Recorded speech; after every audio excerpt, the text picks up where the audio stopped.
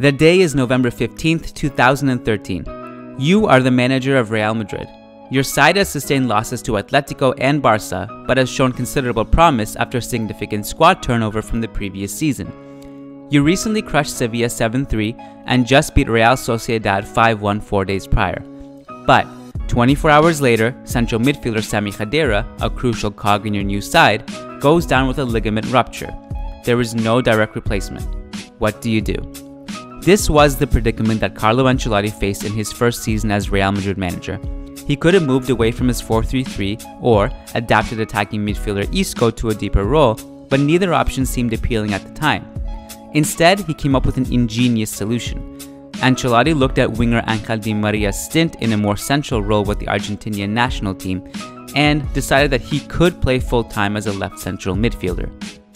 Many people had their doubts. How would such a talented attacking player deal with increased defensive duties? Wouldn't this limit what Di Maria was effective at? All those questions were answered after a few weeks, as Di Maria showed an excellent attitude and work rate in central midfield. Furthermore, his stamina and athleticism actually ended up providing Real Madrid with greater defensive stability than before. Soon after Ancelotti moved the Argentinian to a new role, Madrid managed a club record of 8 clean sheets. Somehow, Di Maria's new defensive duties didn't appear to hamper his offensive contributions. His attacking numbers actually got better when compared to the last 3 seasons. He averaged 3.1 key passes per 90 minutes across La Liga and the Champions League, which was more than half a key pass better than his previous 3 seasons combined. Additionally, he managed a career-high 22 assists, which was another personal best. So, how in the world was this possible? To understand, you must look at the way Di Maria affected Real Madrid's tactical balance. When Cristiano Ronaldo came to the Bernabeu in 2009, he demanded total freedom to move wherever his killer instinct took him. As he steadily became a more lethal goalscorer, he more frequently drifted into central areas and moved inside the box to make use of his finishing skills. This was a massive net positive offensively. Marcelo was more than capable of handling the left flank on his own, and he often got help from the unselfish Benzema, while Ronaldo scored 50+ goals a season. However, there were downsides defensively, as Real Madrid's left wing was vulnerable to counterattacks whenever the team lost the ball. Di Maria's new position in midfield solved those problems. Being a natural left-footed winger, he was more than comfortable shifting wide whenever Ronaldo moved inwards. Not only did this provide consistent protection on the left wing, but it enabled Di Maria to maintain his offensive efficiency. He replaced his lack of through balls with crossing. In the 2013-2014 season, he created half of his 3.1 key passes per 90 minutes from crosses.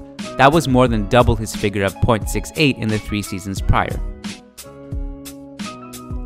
Placing Di Maria's attacking threat in a deeper position also gave the team a certain level of unpredictability. Di Maria's directness and dribbling skills allowed him to collapse defensive lines and create something out of nothing when Real Madrid was struggling as a collective. But this came at a cost. The main weakness of Ancelotti's reinvention was that his team lost a little bit of control. Di Maria only averaged a passing accuracy of 82% in La Liga, which did not compare favorably to Luka Modric's 90%, Xabi Alonso's 88%, and Khedira's 87%. Nevertheless, most Real Madrid fans would agree that that was more than an acceptable trade-off, given all the positive things Di Maria brought to the table. This was never more apparent than in the biggest game of the 13-14 season, the Champions League final. In extra time, with the score all square, Di Maria picked up the ball on the left wing, eviscerated 3 defenders, and watched as a saved shot was put into the back of the net by Gareth Bale. Sadly, it was the last time Madridistas would see the mercurial Argentinian in a white shirt. A dispute over a pay raise and the pursuit of Colombian superstar James Rodriguez saw Di Maria move to Manchester United for a fee of €75 million. Real Madrid recovered from the loss quickly and went on to win 3 more Champions League titles, but they have not yet found a way to replace Di Maria's tactical flexibility and X-Factor.